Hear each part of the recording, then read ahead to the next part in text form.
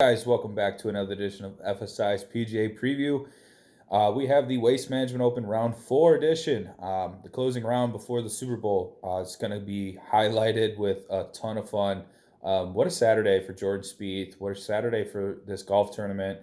Amazing stuff to watch. Really excited for Jordan to come back and find his way at the top of the leaderboard once again. Let's hope he can close it out. I'm honestly rooting for him. That was fun.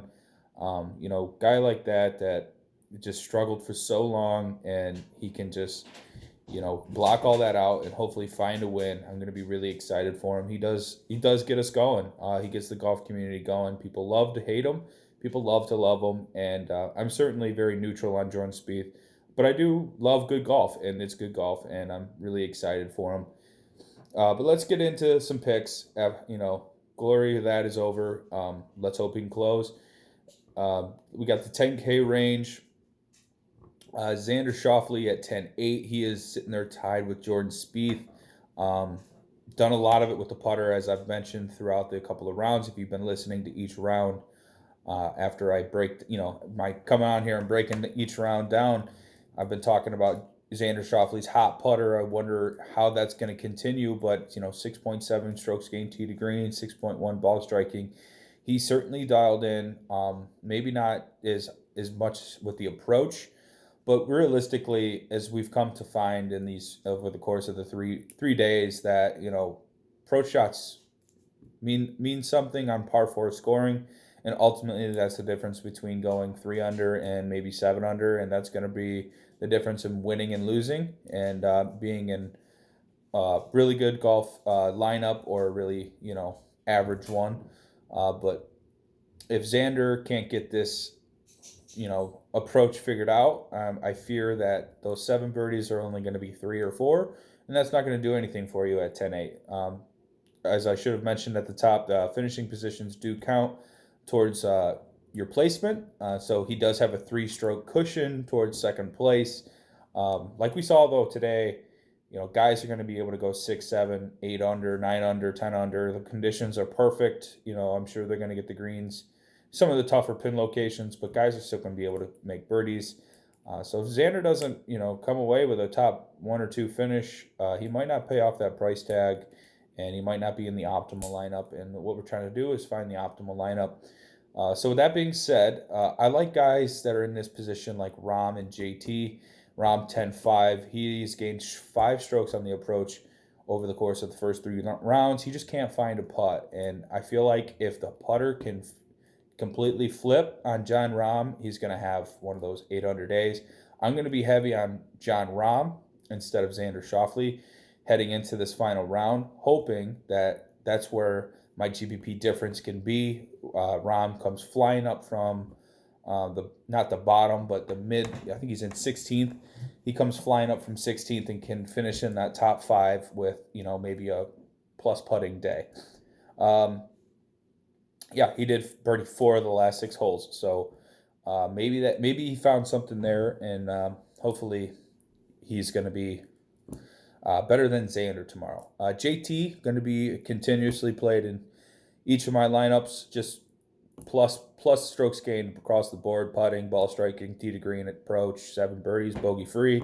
I expect him to do the exact same, and I'm going to be Rahm JT at the top, and then I'm going to fade Scotty Scheffler 10K.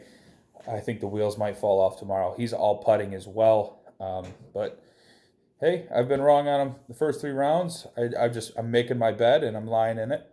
9K, only like 2 guys, and I don't really care for it that much. Webb Simpson shot a 64 at Sony on Sunday.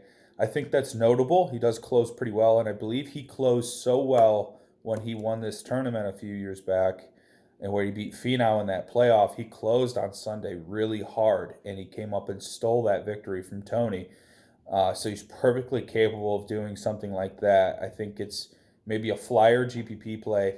Only 4 birdies and 2 bogeys today. Didn't really light it up, but he has that potential. So for that reason, I think I'm in on Webb for a GPP dart. Brooks Koepka, I think, can be pretty popular. I'm not sure how much of Brooks I can have, but I see this narrative in my head that Brooks is going to come, and try to pull off that Webb Simpson and steal a victory on Sunday after he sees Spieth go out there, fire 10 under, and get all this he's back glory. I think Brooks has been fiending that moment. He's been fiending that, oh my God, here's Brooks again. And I think, Jordan Spieth getting that love, that could bring out the best Brooks we've seen. I think the roars and the talk around the course when Jordan was doing what he was doing caught up to Brooks. He birdied 5 of the last 6 holes. So I could really see Brooks trying to play devil's advocate, and he does it really well. So I'm going to have a little bit of Brooks as well in my lineups. I think that's pretty fun to have and do. 8K, here's where we're going to start getting guys, after we go Rahm, JT at the top. Zalatoris at 8 and 9 is pretty pricey, but I think he's going to just continue to do what he's done the entire tournament. He went 7 birdies, bogey-free, 4.8 tee to green, 3.6 on the approach. Really solid across the board. I don't think he's going to slow down. I think that's just a play. Louis Oosthuizen, the guy that came out of nowhere today, 7 birdies. He was not on my radar. He went really low today, 8 under round.